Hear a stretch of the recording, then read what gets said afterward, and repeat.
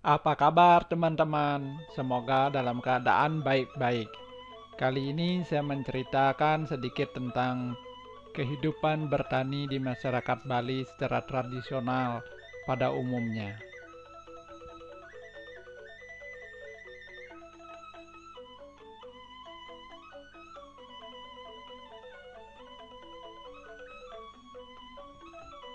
Sawah di Pulau Bali memang sangat indah sekali pemandangannya, sehingga menjadi objek wisatawan yang menarik seluruh wisatawan seluruh dunia untuk melihat bagaimana keindahan persawahan di Pulau Bali.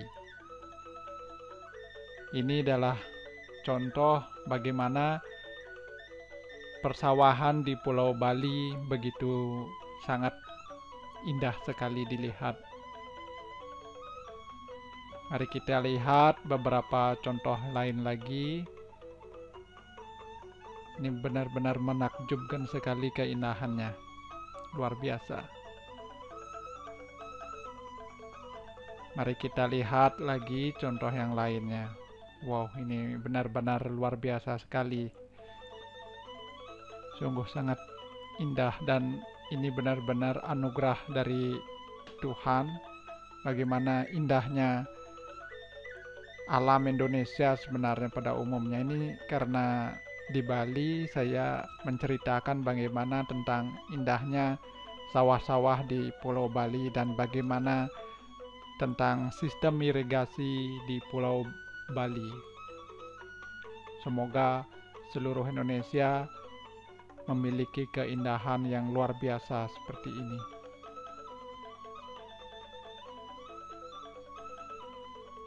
Ini para turis melihat bagaimana keindahan sawah di Pulau Bali yang dapat membuat mata menjadi lebih segar melihat keindahan alam di Pulau Bali.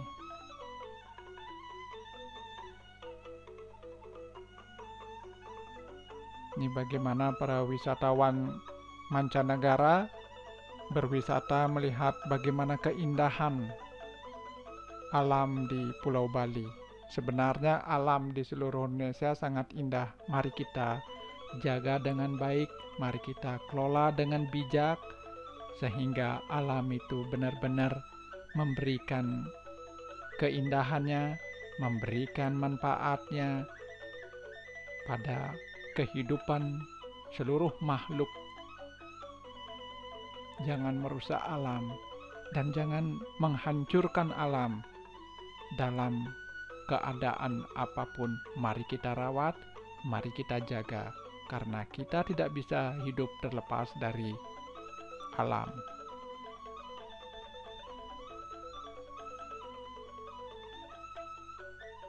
Sistem irigasi di Pulau Bali dikenal dengan subak.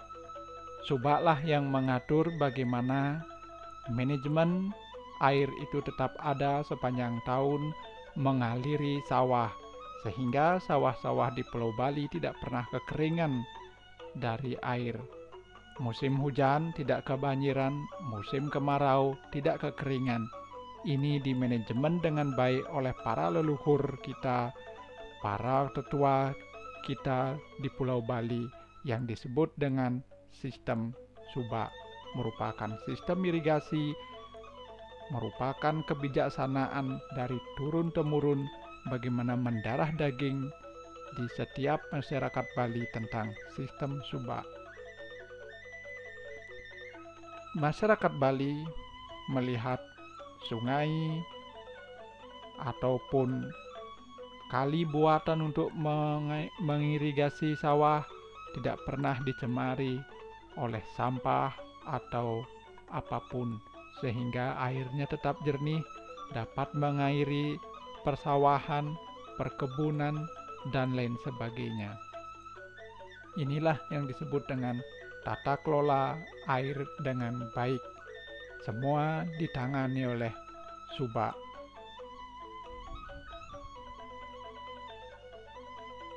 Ini contoh sistem irigasi yang ada di Pulau Bali. Subak mengatur aliran air sungai itu tetap terjaga dengan baik, sehingga air tetap terjaga sepanjang tahun untuk mengaliri sawah, kebun, dan lain-lain. Perpaduan, keselarasan antara manusia, lingkungan, dan yang pencipta, inilah yang disebut sebagai nilai Trihitakarna atau 3 nilai keselarasan dalam kehidupan umat manusia, selaras dengan pencipta, selaras dengan sesama umat manusia dan makhluk hidup, dan selaras terhadap alam dan lingkungan. Itulah yang disebut sebagai Trihitakarna. Jangan mencemari apapun, jangan mencemari air, jangan mencemari udara, dan jangan mencemari apapun, karena alam lebih kuat daripada kekuatan manusia. Bila alam itu murka, kehidupan apapun dengan cepat musnah dari muka bumi ini.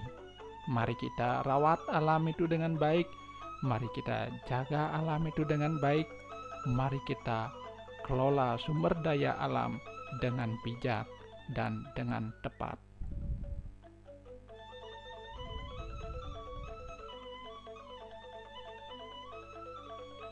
Konsep di Bali mengenai pertanian atau persawahan dengan sistem subak, petani di Bali bisa menanam padi sepanjang tahun, karena sangat jarang di Bali atau pertanian di Bali secara umumnya tidak mengandalkan istilahnya tada hujan, karena air ada sepanjang tahun lewat manajemen subak. Sehingga para petani di Bali bisa menanam padi sepanjang tahun, bisa berkebun sepanjang tahun, karena air selalu dimanajemen dengan baik.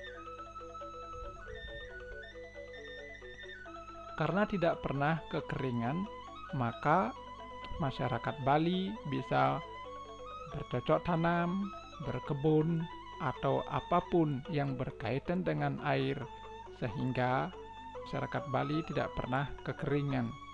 Ini luar biasa.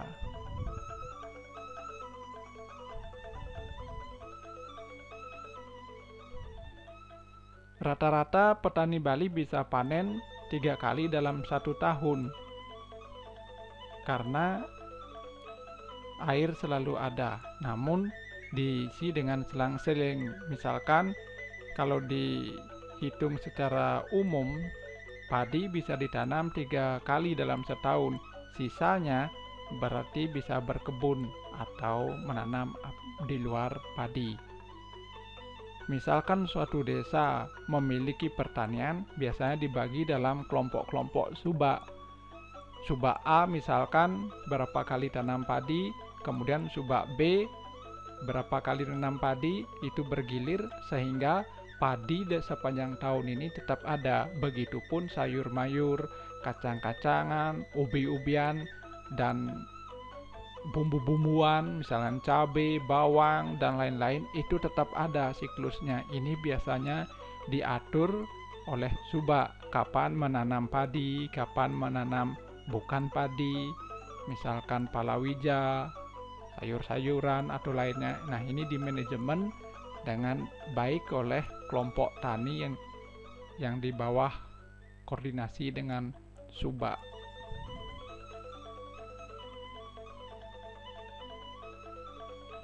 Kalau buah-buahan, pada umumnya masyarakat Bali ini punya kebun tersendiri.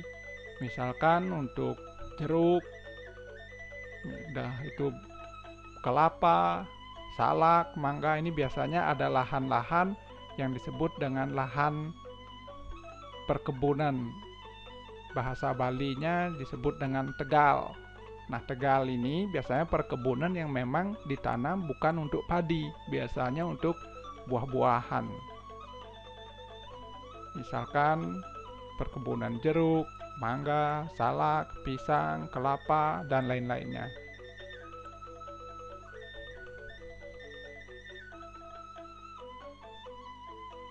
Nah, ini petani tradisional biasanya masih mengandalkan sistem cuaca secara alami, sehingga memperhatikan musim padinya kapan, musim non padinya kapan, karena ada sistem hujannya ini tidak baik ditanami misalkan di musim hujan. Nah, yang kuat dengan cuaca di musim hujan itu misalkan tanaman apa, maka itulah yang ditanam. Di musim kemarau apa yang kuat terhadap cuaca di musim kemarau ditanam yang memiliki musim di kemarau, sehingga tanaman itu tetap bisa berproduksi dengan baik.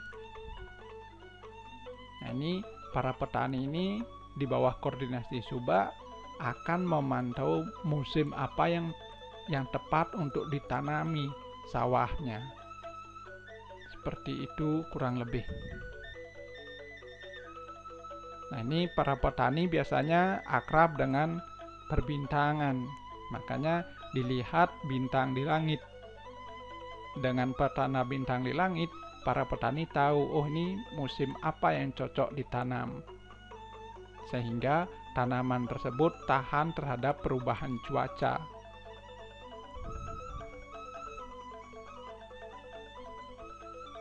Nah, ini contoh-contoh rasi bintang yang akrab di para petani. Masing-masing rasi bintang ini akan memiliki musimnya tersendiri.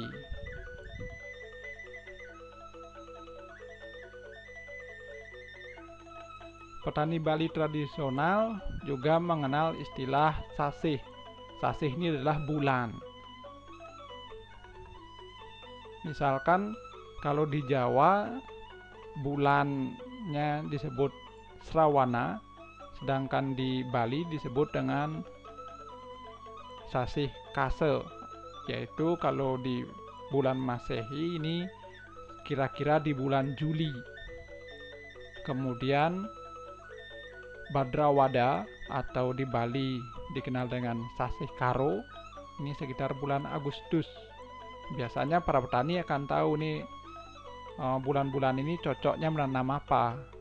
Nah, ini petani-petani di Bali sudah familiar dengan cuaca-cuaca di masing-masing bulan atau sasih. Kemudian kalau di Jawa mungkin dikenal dengan Asuji atau Aswino, di Bali dikenal dengan sasih atau bulan ketiga, yaitu pada bulan September. Kemudian kalau di Jawa dikenal dengan Kartika, kalau di Bali disebut dengan Kapat, yaitu sekitar bulan Oktober. Kalau di Jawa dikenal dengan Margasira, kalau di Bali dikenal dengan Kalima, yaitu sekitar bulan November. Kemudian kalau di Jawa dikenal dengan Posia, kalau di Bali dikenal dengan Kanem, yaitu sekitar bulan Desember. Kalau di Jawa dikenal dengan Maga, kalau di Bali dikenal dengan Kapitu atau bulan Januari. Kalau di Jawa dikenal dengan Palguna, kalau di Bali dikenal dengan Kaulu, yaitu sekitar bulan Februari. Kalau di Jawa dikenal dengan bulan Chaitra, kalau di Bali dikenal dengan Kesango, yaitu sekitar bulan Maret. Kalau di Jawa dikenal dengan bulan Waisaka, kalau di Bali dikenal dengan Kedase, yaitu sekitar bulan April. Kalau di Jawa dikenal dengan Jiesta, kalau di Bali dikenal dengan Desta, yaitu sekitar bulan Mei.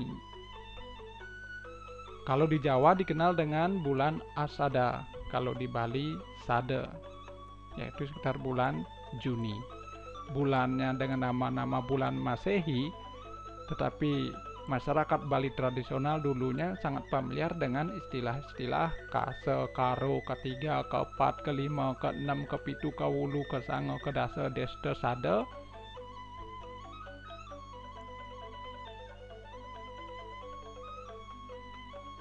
Nah, ini kalau menanam padi dan selain padi, palawija, dan sayur mayur, biasanya setelah padi sekali atau 2 kali diselingi dengan palawija atau sayur-sayuran atau umbi-umbian.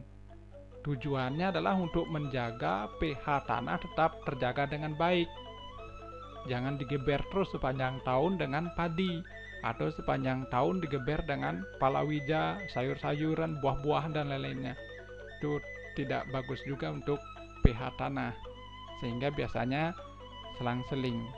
Biasanya 2 kali padi diselingi dengan berkebun atau apa. Nah, jadi ada selang-selingnya. Nah, tujuannya juga untuk secara tradisional memutus hama, karena hama padi secara umum nantinya kalau udah berganti dengan musim tanam palawija dan sayur-sayuran lain-lainnya, hama yang ada di padi dia akan terputus atau tidak menemukan habitat untuk berkembang biak karena padinya tidak ada. Begitupun hama yang ada di tanaman non padi, pada saat memasuki musim padi, hama yang ada di non padi dia akan tidak menemukan lahan atau habitat untuk hidup. Jadi sudah nilai kebijaksanaan yang luar biasa sekali nih dari petani-petani tradisional zaman dulu, memutus secara alami masing-masing hama yang ada di tanaman yang memiliki habitatnya masing-masing.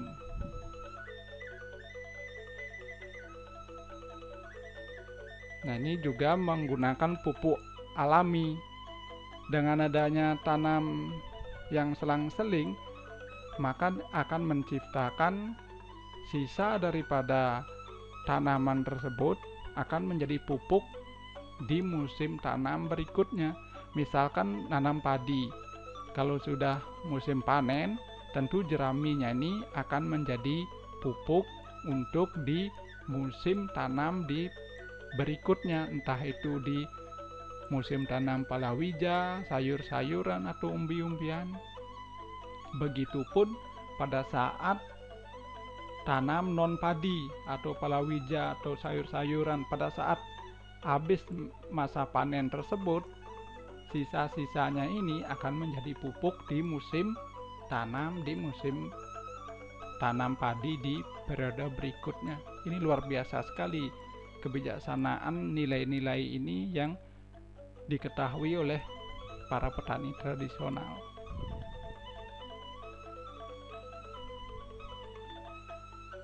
Nah, di sini para petani akan patuh atau mentaati peraturan yang sudah disepakati oleh Subak, sehingga tidak bisa kita sesuka-suka nanam apa, karena berdampak pada pertanian yang lainnya, sehingga keseragaman ini dijaga dengan baik. Misalkan untuk padi, ya padi satu subak tersebut atau satu kelompok subak tersebut akan nanam padi semuanya.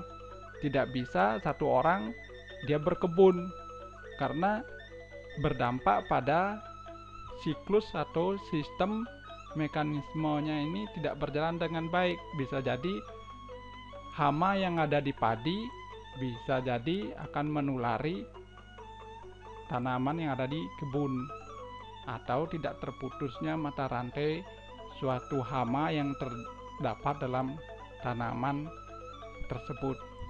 Nah, jadi di sini sudah mengenal nilai-nilai kebijaksanaan yang luar biasa sekali. Semoga ketahanan pangan tetap terjaga. Mari kita lestarikan alam, mari kita lestarikan pertanian, budidayakan segala pertanian dengan baik, sehingga tetap terjaga ketahanan pangan.